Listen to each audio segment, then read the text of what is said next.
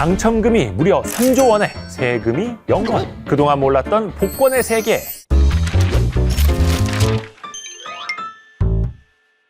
안녕하세요, 이대호입니다. 오늘은요, 인생이 막막할 때면 한 번쯤은 찾게 되는 한 장의 기적, 복권에 대해서 얘기해 보려고 합니다. 우리나라에서 가장 잘 팔리는 복권은 뭐다? 역시 로또죠. 작년에 이 로또가요, 엄청 잘 팔렸는데요. 얼마나 팔렸느냐? 무려 6조 원. 역대 최대 판매 기록을 갈아치웠습니다. 제 주변에도요, 심심하면 나가서 커피 한 잔 사듯이 로또 한 장씩 사시는 분들 참 많거든요. 그래서 이렇게나 한국 사람들의 애정을 한 몸에 받는 그 로또 1등 당첨 확률은 얼마나 되는 거냐? 숫자 조합만 놓고 봤을 때 로또 1등에 당첨될 확률은 814만 분의 1입니다. 한 해 동안 벼락을 맞을 확률이 50만 분의 1이라는데요. 로또 당첨보다 차라리 벼락 맞는 게 훨씬 쉽다. 이럴 수 있는 거죠. 당첨 확률은 참 말도 안 되게 낮고, 또 로또 당첨을 바라는 사람들은 점점 더 늘어나고, 그렇다 보니까 어디에서 1등 당첨자가 많이 나왔더라, 번호는 이런 식으로 고르는 게 좋다, 뭐 이런 출처를 알 수 없는 그런 이른바 비법들이 여기저기에서 막 떠돌아다니죠. 근데 이게 진짜 근거가 있는 말인가 좀 궁금하지 않으세요? 이른바 복권 명당이라고 하죠. 그 명당 얘기를 먼저 좀 해보죠. 과연 명당이란 있느냐? 이게 말이 되느냐? 결론은 아니다 입니다. 이게 닭이 먼저냐 달걀이 먼저냐, 뭐 그런 논란과 비슷한 건데요. 명당이라고 이 복권 당첨자가 많이 나오는 게 아니라 판매량이 많아서 그렇게 나타나는 거라는 겁니다. 1등이 나올 확률 자체가 높아지는 게 아니라 1등이 나오는 경우가 많아지는 것일 뿐이라는 거죠. 또 그 번호 관련해서도 그동안은 안 나왔던 번호를 노려라, 셋 혹은 넷 이상 연속되는 번호는 피해라, 이런 비법들이 되게 많은데요. 대부분 다 거짓입니다. 하지만 모든 얘기에는 예외가 있죠. 이 복권의 법칙을 찾은 사람이 있었습니다. 그게 누구냐? 복권에 무려 14번이나 당첨된 루마니아 출신 경제학자 스테판 만델. 당첨 비법은 생각보다 단순했는데요. 때로는 복권을 사는 데 드는 비용이 잭팟으로 터지는 상금보다 적을 수 있다. 만델은요, 공동 투자자를 모집해서 복권 살 돈을 마련했고요. 적당한 시기를 기다렸다가 복권을 대량으로 사들이기를 반복합니다. 이 방법으로 무려 14번이나 복권에 당첨된 겁니다. 그런데 이 비법은요, 지금은 무용지물입니다. 왜냐? 만델 이후로 복권 제도가 싹 바뀌었거든요. 결정적으로는요, 1인당 복권 구매 횟수에 제한이 생기면서 이 만델의 비법이라는 게 역사 속으로 사라지게 되죠. 당첨금 하면 가장 먼저 떠오르는 나라 어디냐? 복권의 천국이라고 불리는 곳 미국입니다. 미국의 대표적인 복권 메가 밀리언스의 역대 최고 1등 당첨금 얼마나 되는지 아십니까? 무려 16억 달러. 파워볼은 더 높습니다. 20억 4만 달러. 이게 한국 돈으로 약 3조 원에 이르는 금액입니다. 어마어마하죠. 이런 조 단위 당첨금은요, 전 세계적으로도 찾아보기가 힘든 수치인데요. 당첨금이 높기로 유명한 유럽 통합복권 유로 밀리언의 경우에도요, 1등 당첨금이요 1억 9천만 유로 정도라고 합니다. 파워볼, 또 메가 밀리언스가 이 전 세계적인 주목을 받는 이유는 또 있는데요. 외국인 구매에 특별한 제한이 없어서 누구나 조 단위의 행운을 꿈꿀 수 있다는 점입니다.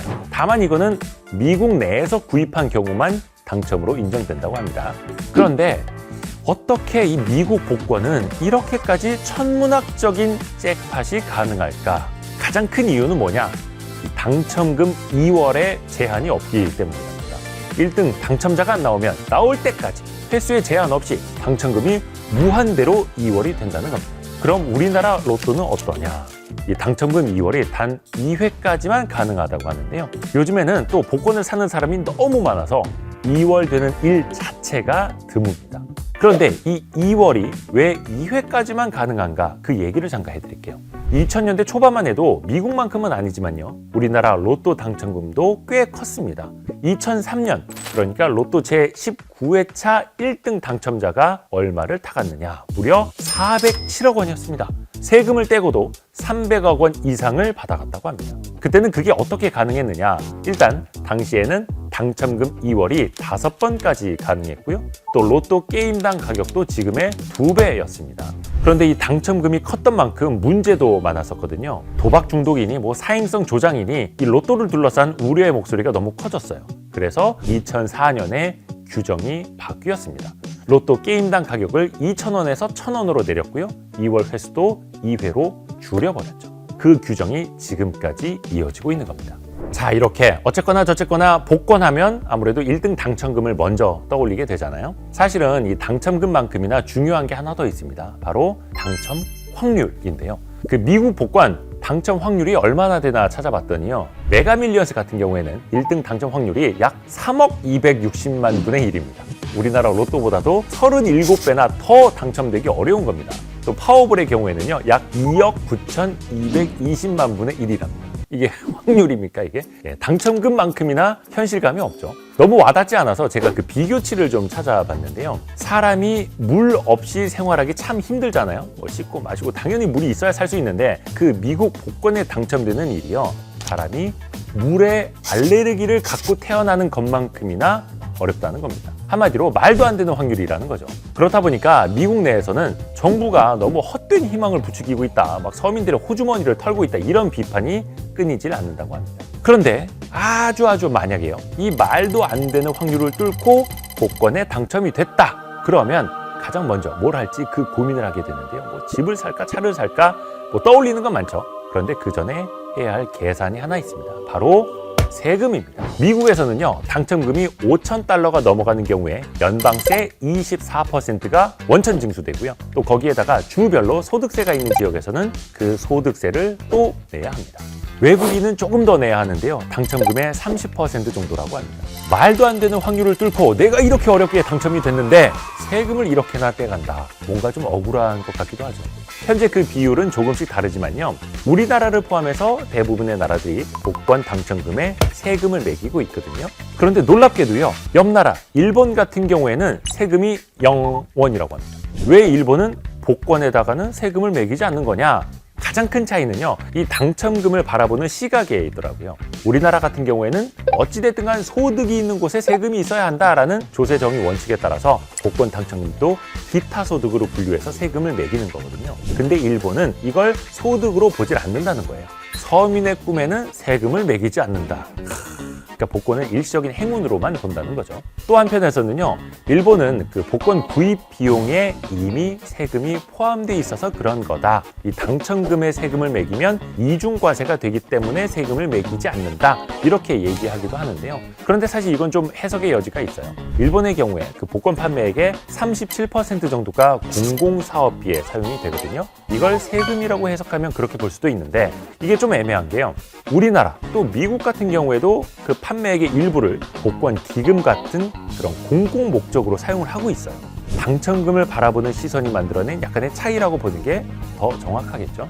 근데 그거 혹시 아세요? 일본 사람들이 말입니다. 연말만 되면 복권을 그렇게들 산다고 합니다. 너 복권 샀어? 라는 말을 마치 연말 인사처럼 건넬 정도죠. 연말에 왜 그렇게들 일본 사람들은 복권을 사느냐 봤더니요.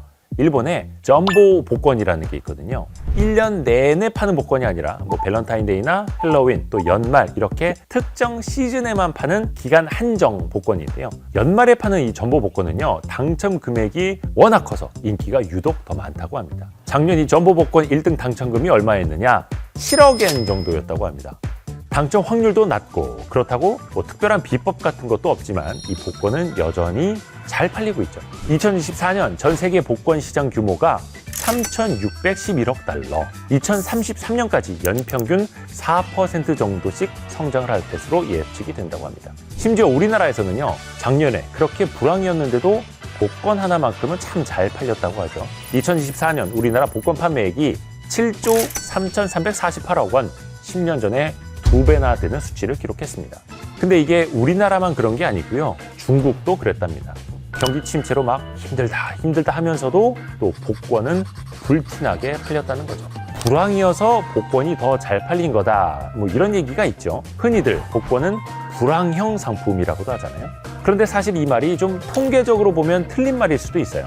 우리나라만 보더라도 외환위기 직후, 그러니까 1998년 복권 매출액이 오히려 감소했고요. 또 글로벌 금융위기가 불어닥쳤던 2008년에는 매출액이 겨우 0.6% 정도만 증가했습니다. 단순히 뭐 살기 팍팍해서 경기가 안 좋아서 복권을 사는 것만은 아니라는 거죠. 그럼 그 원인이 뭐냐? 최근 그 복권 열풍이 경제적 불확실성과 밀접하게 연관돼 있다. 이런 분석도 주를 이루고 있습니다. 2023년 중국의 청년 실업률이 사상 최고치를 기록을 했는데요. 그로부터 1년 사이에 과과러라고 하는 이 즉석 복권 판매율이 무려 80%가량 늘었다고 합니다. 이 과과러의 주 소비층은 주링허우, 링링허우라고 불리는 이른바 중국의 MZ세대 애들이었고요. 10년 동안 월급을 한 푼도 쓰지 않고 모아도 집 한 채 사기 어렵다. 요즘 이런 말 많이 하시잖아요. 노동을 통해서 자산을 축적하려고 해도 물가와 집값이 따라잡을 수 없는 속도로 막 올라가 버리니까 현실적인 기대를 포기하고 복권에 기대려는 사람들이 늘어난 게 아닌가 하는 거죠. 올해도 이 복권만큼은 잘 팔릴 거라고 하는데요. 현실에 바랄 수 있는 희망이 너무 적어서 그 희박한 확률에 기대는 사람들이 늘고 있는 건 아닌가, 좀 씁쓸한 생각이 들기도 했습니다. 여러분은 어떠셨나요?